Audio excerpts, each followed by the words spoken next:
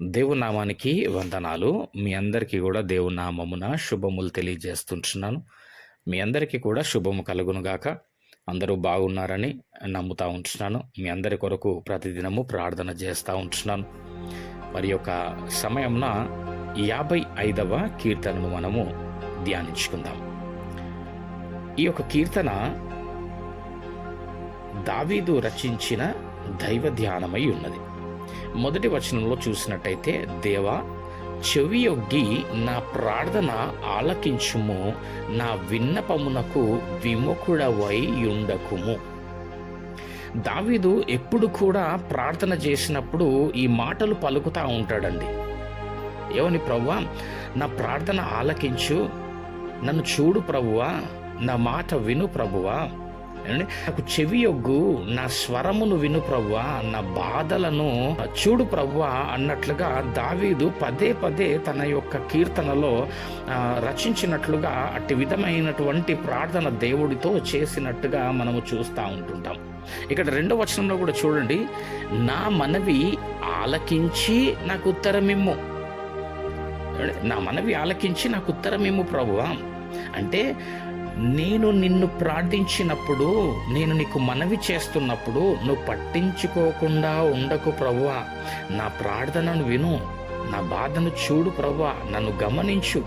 ఇక్కడ దావీదుకి దేవుడితో ఉన్నటువంటి ఆ సంబంధం ఎట్లాగా కనిపిస్తుంది ఈ యొక్క కీర్తనలు చదువుతూ ఉంటే అంటే ఎంతో క్లోజ్గా కనబడతా ఉంటుంది దావీదుకి దేవుడితో. ఒక స్నేహితుడితో మాట్లాడినట్టుగా ఉంటుందండి ఆయన యొక్క ప్రార్థన. మరి నిజంగానే కదా, దేవుడు మనకు స్నేహితుడై ఉన్నాడు. నీవు ఆయనతో చెప్పుకోవాలా. కష్టము కానీ, శ్రమ కానీ, ఇబ్బంది కానీ, ఏది కలిగినా కానీ నీ జీవిత ప్రయాణంలో జరుగుతున్నటువంటి ప్రతి విషయమును కూడా నువ్వు దేవుడితో చెప్పేటటువంటి దానవుగా, నువ్వు దేవుడితో మాట్లాడేటటువంటి ఆ సంబంధము కలిగి ఉండాలా. దేవునికి నువ్వు ప్రార్థన చేయువాడవై ఉండాలా. అప్పుడు ఆయన నీ కష్టంలో నుండి, నీ దుఃఖంలో నుండి ఆయన నిన్ను లేవనెత్తి నడిపించగల సమర్థుడు. కానీ మనం ఏం చేస్తూ ఉంటాం? మనుషులమే ఎదుటి వారితో చెప్తా ఉంటాం. మన కుటుంబ విషయాలన్నీ ఎదుటి వారితో చెప్తా ఉంటాం. ఏంటంటే, భార్య భర్త గురించి చెప్తా ఉంటుండొచ్చు, లేదా భర్త భార్య గురించి చెప్తా ఉంటుండొచ్చు. ఆ కుటుంబ పరిస్థితులన్నీ కూడా వారితో చెప్తా ఉంటాం. వ్యక్తిగతమైనటువంటి విషయములను కూడా ఎదుటి వారితోనే పంచుకుంటా ఉంటుంటాం. ఏమండి, మనుషులు ఏమి చెయ్యరండి. మనుషులు స్వార్థప్రియులు, ధనాపేక్షలు, బింకములాడువారు. వారేం చేస్తారు చెప్పండి? నీ సొంత విషయాలు, నీ కుటుంబ విషయాలన్నీ తీసుకెళ్ళి అంగట్లో పెట్టేస్తారండి. వాళ్ళు అమ్ముకొచ్చేస్తారు. నిన్ను రేపు అల్లరి పాలు చేస్తారు, నీ కుటుంబాన్ని, నీ వ్యక్తిగతమైన జీవితాన్ని. అందుకే దేవుని మాట సెలవిస్తూ ఉంది. ఏంటి అనసంటే, మనుష్యులను నమ్ముకొనుట కంటే దేవుణ్ణి నమ్ముకొనుట మంచిది నీకు. గనుక దావీదు గారిని చూడండి, ఇక్కడ దేవుడితో ఎంత క్లోజ్గా మాట్లాడుతూ ఉంటున్నాడు. దేవుణ్ణి తన స్నేహితుడిగా మాట్లాడుతున్నట్టుగా అనిపిస్తూ ఉంటుంది తన యొక్క కీర్తనలో. ఏమండి, చూసినారా? దేవా చెవియొగ్గిన ప్రార్థన ఆలకింపుము, నా విన్నపమునకు విముఖుడవు కాకు. ఏమండి, నా మనవి ఆలకించి నాకుత్తరమిమ్ము. నీవు మనుషులను నమ్ముకోవద్దండి, దేవుణ్ణి నమ్ముకో. దేవుడిపైన ఆధారపడు, మనుషులపైన ఆధారపడకు. ఎప్పుడే కానీ నీ జీవితంలో ఏదైనా జరగాలన్నా, ఏది చెయ్యాలన్నా, నిన్ను లేవనెత్తాలన్నా, నిన్ను ఆదరించాలన్నా, నిన్ను చేరదీయాలన్నా, నిన్ను ఓదార్చాలన్నా, నీ జీవితంలో కార్యము చేయాలన్నా, ఏ కార్యము జరగాలన్నా దేవుడి వలన మాత్రమే అది సాధ్యమై ఉన్నది. గనుక ఒకవేళ ఇప్పటి వరకు కూడా నీకు బాధ అనిపించినప్పుడు, నీకు కష్టమును, దుఃఖమును ప్రాప్తించినప్పుడు నువ్వు ఎదుటి వారితో చెప్తా ఉంటున్నావేమో, అతి విధమైనటువంటి జీవితాన్ని మానివేసి నువ్వు ఒంటరిగా దేవుణ్ణి ప్రార్థించినట్టయితే దేవుడు నీకు ఖచ్చితంగా ప్రత్యుత్తరము దయచేయువాడై ఉన్నాడు. ఇక 2వ వచనం కూడా చూసినట్టయితే, శత్రువుల శబ్దమును బట్టియు దుష్టుల బలాత్కారమును బట్టి నేను చింతాక్రాంతుడనై విశ్రాంతి లేక మూలుగుచున్నాను. దావీదు మళ్ళీ అడుగుతా ఉంటున్నాడు దేవుణ్ణి, నా మనవి ఆలకించి నాకు ఉత్తరం ఇమ్ము ప్రభువా. అసలు ఇక్కడ దావీదుకు వచ్చినటువంటి బాధ ఏంటి అనేసి అంటే, శత్రువులు పలికినటువంటి మాటలను బట్టి, దుష్టులు చేసేటటువంటి బలాత్కారమును బట్టి, ఈ రెండిటిని బట్టి ఈయన చింతాక్రాంతుడై మూలుగుచున్నాడు. ఇక్కడ అంటే ఇతరులు మనలను బట్టి వేసినటువంటి నిందలు కావచ్చు, వేస్తున్నటువంటి నిందలు కావచ్చు, ఏమండి చెడ్డ మాటలు కావచ్చు, మనపైన చెడ్డ మాటలు పలుకుతున్నారు కావచ్చు, మనపైన లేనిపోని నిందలు వేస్తూ ఉంటున్నారు కావచ్చు, అవమానకరమైనటువంటి మాటల చేత మనలను నిందిస్తున్నప్పుడు నిజంగానే ప్రియమైనటువంటి వాళ్ళారా చాలా బాధను కలిగిస్తూ ఉంటాయి. ఇక్కడ దావీదు కూడా అదే పరిస్థితిని అనుభవిస్తూ ఉంటున్నాడు. ఈ కీర్తనలన్నిటిలో కూడా మానవులు అనుభవిస్తున్నటువంటి శ్రమలు మనకు కనబడతా ఉంటుంటాయి. మనకు జరుగుతున్నటువంటి మనుషులకు ప్రస్తుతము జరుగుతున్నటువంటి ఆ ఇబ్బంది, ఆ ఇరుకులు, ఆ శ్రమలు, ఆ అవమానాలు ఈ కీర్తనలు చదువుతుంటే మన జీవితంలో కూడా అలాంటివే సంభవిస్తున్నట్టుగా మనము చూస్తూ ఉంటాం, గమనించగలుగుతాం మనం ఈ కీర్తనలు చదువుతూ ఉంటే. దావీదు కూడా ఇక్కడ అదే విధంగా ఎదుర్కొంటూ ఉంటున్నాడు లేనిపోయినటువంటి నిందలు. అంటే నిజంగానే కదా, ఒకవేళ తప్పు చేస్తే మనల్ని అన్నప్పుడు అది వేరు, కానీ ఏమి చేయనప్పుడు, అసలు మనము వారిని ఏమి అననప్పుడు కూడా వారు మన పైన అట్టి విధమైన లేనిపోని నిందలు, ఆ చెడ్డ మాటలు, ఆ అబద్ధ సాక్ష్యములు చెప్పినప్పుడు ఎంత బాధ కలుగుతుంది ప్రియమైనటువంటి వాళ్ళారా. అతి విధమైనటువంటి పరిస్థితిని ఇక్కడ దావీదు గారు ఎదుర్కొంటా ఉంటున్నాడు. దుష్టులు పలికినటువంటి ఆ మాటలను బట్టి ఇక్కడ ఈయన అంటా ఉంటున్నాడు, శత్రువుల శబ్దమును బట్టి, దుష్టుల బలాత్కారమును బట్టి నేను చింతాక్రాంతుడనై విశ్రాంతి లేక మూలుగుచున్నాను. వారు నా మీద దోషము మోపుచున్నారు. ఏం మోపుతున్నారంట? దోషము మోపుతున్నారు అండి. ఇటు విధంగా అనేకులు కయ్యను సంబంధితమైనటువంటి వారై ఉంటారండి, దుష్టుని సంబంధులు వీరంతా. ఏమండి, అసలు కయ్యను హేబేలును ఎందుకు చంపినాడు? మొదటి యోహాను పత్రిక 3వ అధ్యాయం ఒకసారి గమనించినట్టయితే 12వ వచనములో, మనము కయ్యను వంటి వారమై ఉండరాదు. జాగ్రత్తగానండి. ఇప్పుడు నీ పైన ఆ అభాండాలు వేస్తున్నారు, ఆ నిందలు వేస్తూ, నిన్ను అవమానిస్తూ, నీ పైన చెడ్డ మాటలు పలుకుతూ, అబద్ధ సాక్ష్యములెల్లా చెబుతూ, నిన్ను సూటిపోటి మాటల చేత నిన్ను నిందిస్తున్నారు చూసినారా, వారంతా కూడా కయ్యను సంబంధి అయి ఉన్నారు. కయ్యను సంబంధులు, కయ్యను వంటి వారై ఉన్నారు. కానీ ఏమండి, నీవు కయ్యను వంటి వాడవై ఉండొద్దు. ఏమండి, మనము కయ్యను వంటి వారమై ఉండొద్దు. ఎందుకు? కయ్యను ఎట్లాంటి వాడండి? వాడు దుష్టుని సంబంధి అయి. ఏ సంబంధం అంట? దుష్టుని సంబంధి. ఇతరుల పైన లేనిపోని మాటలు పలుకుతూ, నిందలు వేస్తూ, ఏమండి సమయాన్ని, కాలాన్ని వెళ్ళబుచ్చుచున్నటువంటి వారంతా కూడా దుష్టుని సంబంధులు, కయ్యను వంటి వారు. కానీ ఇక్కడ వాక్యం సెలవిస్తుంది, నీవు కయ్యను వంటి వాడవై ఉండకూడదు బిడ్డ. వాడు దుష్టుని సంబంధి అయి తన సహోదరుని చంపెను.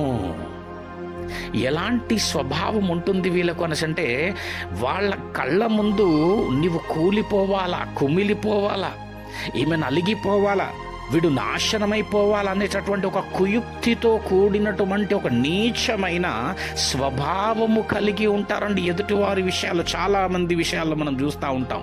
అతి విధమైనటువంటి ఆలోచన స్వభావముతో ఉన్నారు అనేసంటే వారు దుష్టుని సంబంధులై ఉన్నారు, కయ్యను వంటి వారై ఉన్నారు.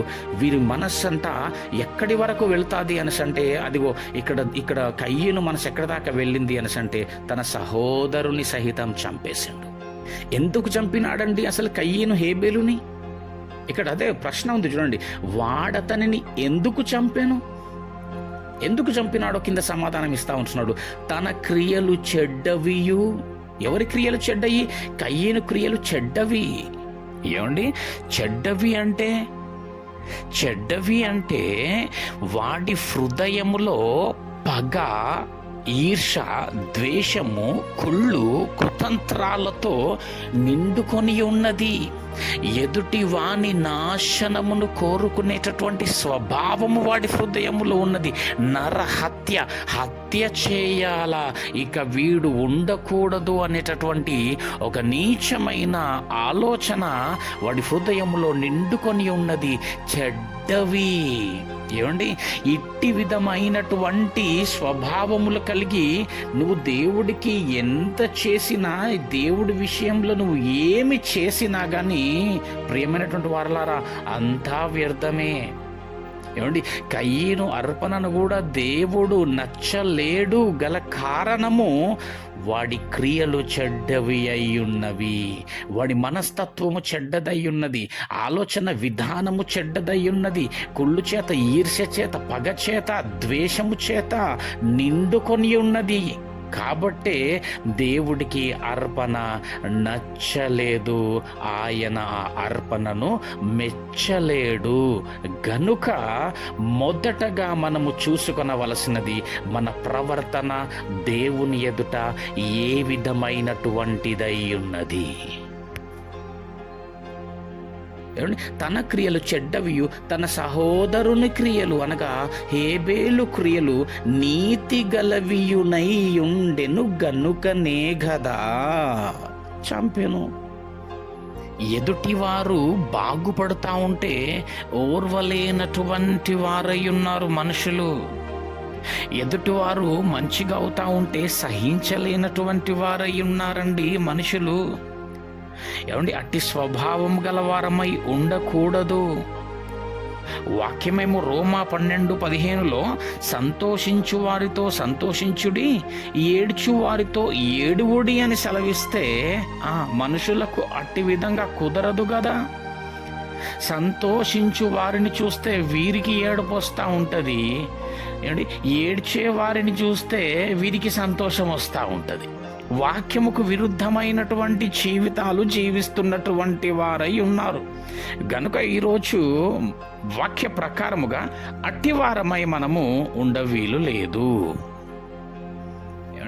ఈరోజు నువ్వు ఎవరి విషయంలో ఏమి అనకున్నప్పటికీ నిన్ను లేనిపోని సూటిపోటి మాటల చేత బాధిస్తున్నారు కావచ్చు, వేధిస్తున్నారు కావచ్చు, నిన్ను హింసిస్తున్నారు కావచ్చు, నిన్ను చెడ్డ మాటలు పలుకుతూ నీపైన అబద్ధ సాక్ష్యములు చెబుతున్నారు కావచ్చు.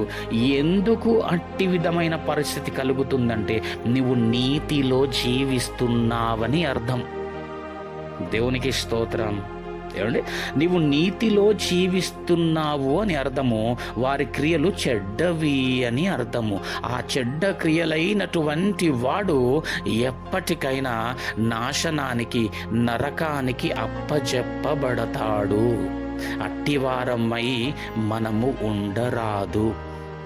దేవునికి స్తోత్రం. ఎప్పుడైతే ఈ నీతి గల వారమై దేవుణ్ణి అనుసరిస్తూ ఈ విధమైనటువంటివి సూటిపోటి మాటలు, ఈ విధమైన నిందలు పడుతున్నప్పటికీ కూడా ఒక దినమున దేవుడు మనలని తన రాజ్యమునకు చేర్చుకొని వాడై ఉన్నాడు. మనకు కలుగు ఫలం ఏంటి అనేసి అంటే పరలోక ఫలము.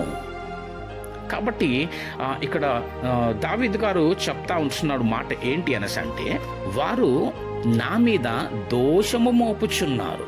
ఏ తప్పు చేయకుండా మాట పడ్డం అనేటటువంటిది అది చాలా బాధను కలిగిస్తూ ఉంటుంది. దావీదు అలాంటి అనుభవాల గుండా వెళ్తూ ఉంటున్నాడు. ఏ తప్పు చెయ్యకుండానే తరుమబడినటువంటి వాడై ఉన్నాడు. ఏ తప్పు చెయ్యకుండానే చంపబడబోయేటటువంటి వాడై ఉన్నాడు. అట్టి సందర్భాలు ఎన్నో దావీదు గారు ఎదుర్కొన్నట్టుగా మనము వాక్యంలో చదువుతూ ఉంటాం. ఇక 4వ వచనంలో కూడా చూసినట్టయితే, నా గుండె నాలో వేదన పడుచున్నది, మరణ భయము నాలో పుట్టుచున్నది. ఏమండి ప్రియమైన దేవుని వర్లారా, చాలా మారులు మనుషులకు ఎదురయ్యేటటువంటి శ్రమను బట్టి ఈ విధమైనటువంటి మనము ఇప్పటి వరకు మాట్లాడుకున్నటువంటి ఆ యొక్క విషయములు, సందర్భాలు ఎదురైనప్పుడు, అట్టి పరిస్థితుల గుండా వెళుతున్నప్పుడు అనుకుంటా ఉంటారు ఏంటంటే ఇక చచ్చిపోతే బాగుండు. కొంతమంది అనుకుంటా ఉంటారు ఇంకా నేను చనిపోతాననేసి. ఏమండి, చనిపోతే కానీ నాకు ఇక విడుదల రాదేమో అని అనుకుంటా ఉంటారు ప్రియమైనటువంటి వారలారా. ఈ యొక్క వాక్యము ద్వారా దావీదు చేస్తున్నటువంటి ఈ యొక్క దైవ ధ్యానం అనబడేటటువంటి యొక్క 50వ కీర్తన ద్వారా నువ్వు నేర్చుకునవలసింది, నువ్వు గమనించవలసింది ఏంటంటే, దేవుడు మన ప్రార్థన వినువాడై ఉన్నాడు. దేవుడు నీ ప్రార్థన వినువాడై ఉన్నాడు. దేవుడు నీ ప్రార్థనకు ప్రత్యుత్తరము దయచేయువాడై ఉన్నాడు. ఎట్టి సమస్యలు నీకు ఎదురై ఉన్నప్పటికీ, ఎట్టి విధమైనటువంటి ఆపదలు నీ ఎదుట ఉన్నప్పటికీ అందులో నుండి సహితము లేవనెత్తి నడిపించగలవాడై ఉన్నాడు. గనుక ఇక్కడ 22వ వచనములో మాట సెలవిస్తూ ఉంటున్నాడు, నీ భారము యెహోవా మీద మోపుము, ఆయనే నిన్ను ఆదుకొనును. ఇట్టి కృప దేవుడు మీకు అనుగ్రహించును గాక.